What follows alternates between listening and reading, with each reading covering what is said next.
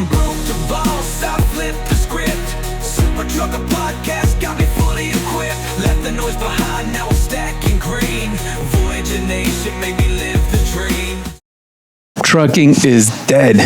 All right, got your attention, but check this out. It actually is not for those guys who are evolving and taking their business to the next level.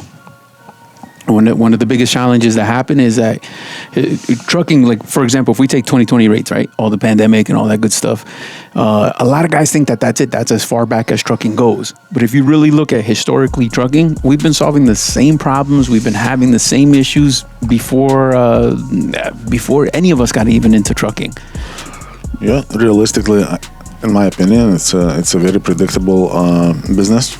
It's been the same. Outside of technology, it's been the same since I've been in trucking. So we're pushing 25 years now, something like that. And nothing changes. It goes into pretty standard cycles. Sometimes those cycles longer, sometimes shorter. The sad/funny part is the bitching and complaints are the same. The problems are the same. Everything is the same, and even the solutions are still the same. Yeah, but I think what happens is one major factor is going to be social media. So, for example, I was just watching, and they were talking about the audit that they're going to be doing for all the illegal commercial driver's licenses, and they're just what states are handing them out under what standards and stuff. So because of social media is so rampant now, they did that same exact test 20 plus years ago, or they did that same audit, and it's all the same factors. Like ELP was a factor back then, buying licenses was a problem back then, and so here we are. I think the only major difference is going to be that social media is so accessible that it seems new, but it's really not. Yeah, actually, my buddy, he got retested. He lived in Wisconsin at that point. Okay. And that's early 2000s. Okay. He got a driver license. The way I got to know him was he's a friend of my friend.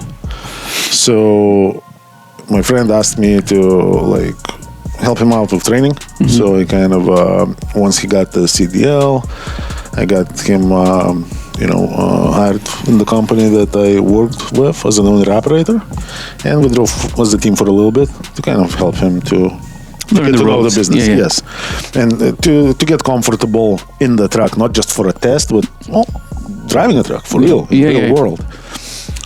And I don't know, about a year later, his CDL got. I think at that point he was already an owner-operator. His CDL got highlighted for a recheck, because apparently there was some scheme going on in Wisconsin that a group of people were using that pay-to-play trick. I guess somebody, some way, somehow was accepting money as bribes, or I don't know the whole scenario. And he received a letter that he needs to go back to CDL facility, like CDL testing facility, and retest for his CDL, even though he had nothing to do with none of that shenanigans that was going on. Well, sounds just about right, because they were saying like this was like 23 years ago, which puts it right there, right? Puts it in that arena, and it's the same, man. Like I was watching this from the one chick from Trucking Made Successful, whatever, but like.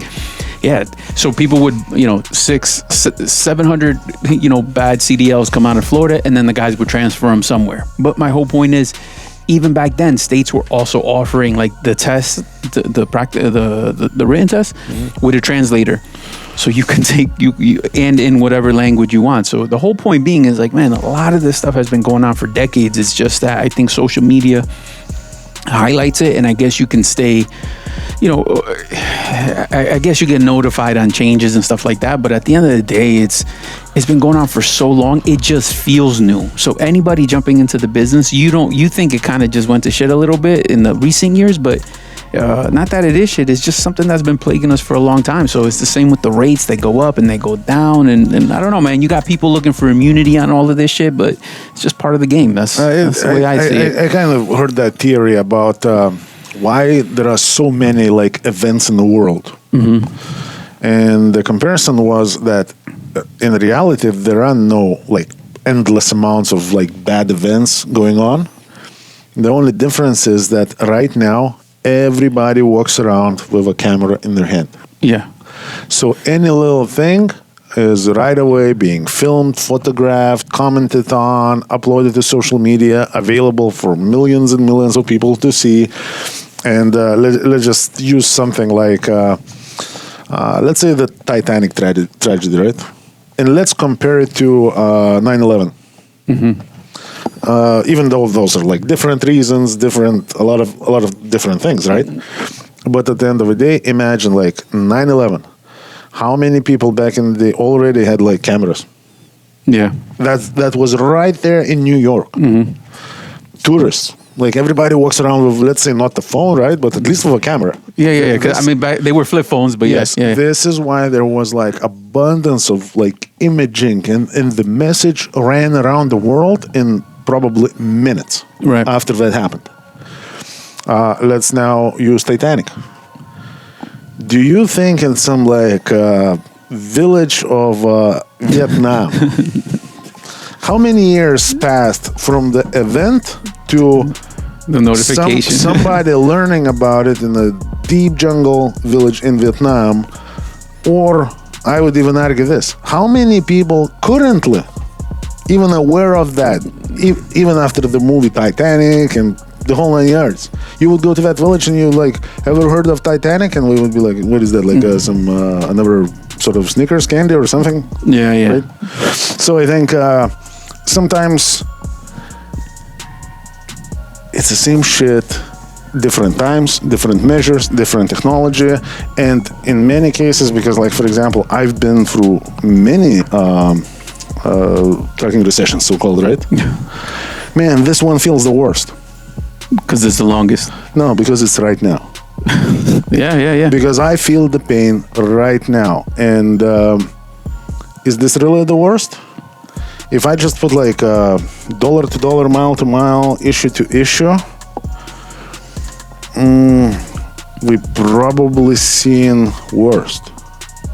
The only difference is, again, different reasons, different times, different measures, and different outcomes. But every time now is the worst because it's right now and it hurts. Yeah.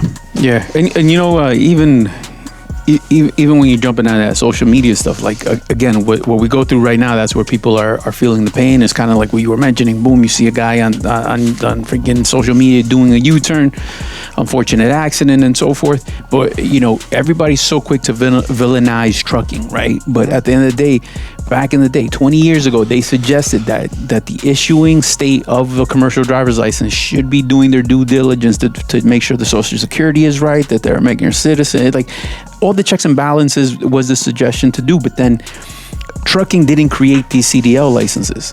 You see what I'm saying? So a lot of people think that, you know, we're the ones sending a guy to get the license and so forth. And so I don't know, that social media could get twisted real quick. Or I would even say like, because trucking is, everybody admits that trucking is very over-regulated industry. So just to avoid all those miscommunications, I think we could potentially have, you know, you get your regular driver license through the state, but to get a CDL should be some sort of, it's federally regulated industry. So it should be some sort of like federal regulated, I guess, licensing. And then everybody follows the same path. Because right now, look, let's say if I live in whatever, like, you know, what's the worst state in the union? Like California? Ding, ding, ding. So if now we decide that we're just gonna hand the CDLs, we're not even gonna test them. Is the dude that's actually gonna go and get a CDL, is that his fault? No, it's available to him. No, he's just like following the process. Yeah, that's it. Legally available process. And now, you know, he's gonna hit the road, and everybody who is much smaller than the state of California is gonna get punished for it. The dude, the dude that gave him a truck, like every dude on the list. Exactly. Yeah, man. So, and you know, and if you allow for something like interstate trucking, everybody to call their shots, everybody to make their rules, everybody to make up their standards, you're gonna have a shit show. Yeah. So I guess I think trucking is that, like, you have to be built for this, where it's that person who is adaptable, who is creative, who looks to win, and you know, you're almost like every single week you look to win. It's like you go to war to make sure that you're hitting your gross revenue, that you're meeting your goals, and then you're going to do it again next week, and you're going to do it again, and it's just that consistency. So I think it's a certain type of person that really can make it as an owner operator. I think it's a race to survival. In general, any business in general. If you look at the percentages, how many businesses or new entrants or entrepreneurs who are starting their business today, and what percentage of businesses makes for a first year, second year, third year, fifth year, and so on. I think those numbers are very similar between trucking and ice cream stand. Yeah, because you control. I think in trucking, man, you have to you control a lot of that, right? But you have to show up every day, and you can do something about your business every day to make sure it doesn't go under. You just got to do it. Yeah. So you know, you want to be home every day, you know, and it's not going well, then you can choose the very next day. OTR, baby. Yeah, it's kind of like a lot of people, you know, when you say a manager, right? A lot of people right away imagine the dude, you know, in the nice office with his feet on his desk, and the cute secretary with big boobs bringing the coffee. Most, like, at least maybe in my broken imagination, that's what the most people gonna imagine. But the reality is this: when the freaking septic tank clogs up, who is the first to fucking get their hands dirty in this office? Fucking management.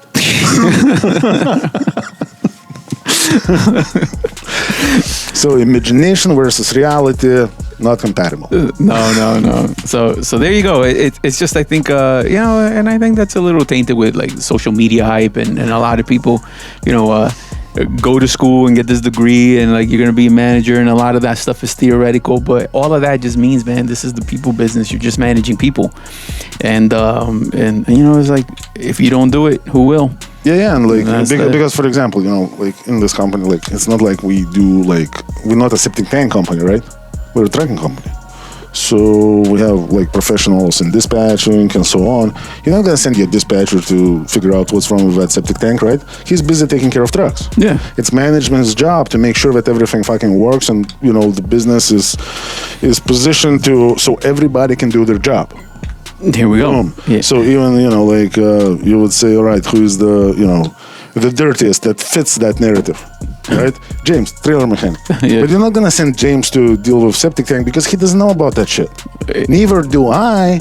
But at least I can fucking make a phone call. I can pop the lid, check it out, take a look, maybe stir it a little bit, just to make it work for now. You know, like just whatever it takes to keep the business in business. Because what's the other solution? Tell everybody, all right, guys, go home. We're gonna call you when it's fixed. And then, what about the owner operator on the road? Right. And so, and that's my whole point. Like, so if you just change your hat for 1 second, so as an owner operator, you know, you don't want to waste a resource and tell your dispatcher, you know, let your dispatcher be booking the loads. Let him do his part. You know what? Hold on. Let me just tell that before I fucking forget, man.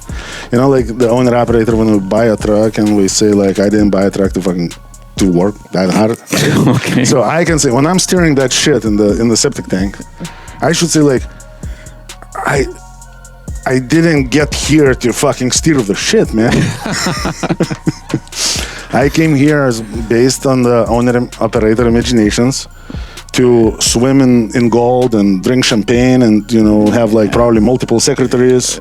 None of that is real. No. I'm staring at the shit. Yeah, but here I go. It's the characteristic, right? Whatever's necessary, whatever it takes. Yeah. And as an owner op, like I think I think the same principles apply, man. It's no matter what the industry is going to throw at you, it's whatever's necessary to keep going. Yeah, because I think the key point is focusing on the goal, right? So the goal is what? To stay in business, to grow the business, to provide a quality service to the owner operator. If that's my goal, like, I don't know, am I gonna fucking let, a little shit stuck in the pipe to take it down? I'm just gonna steer it.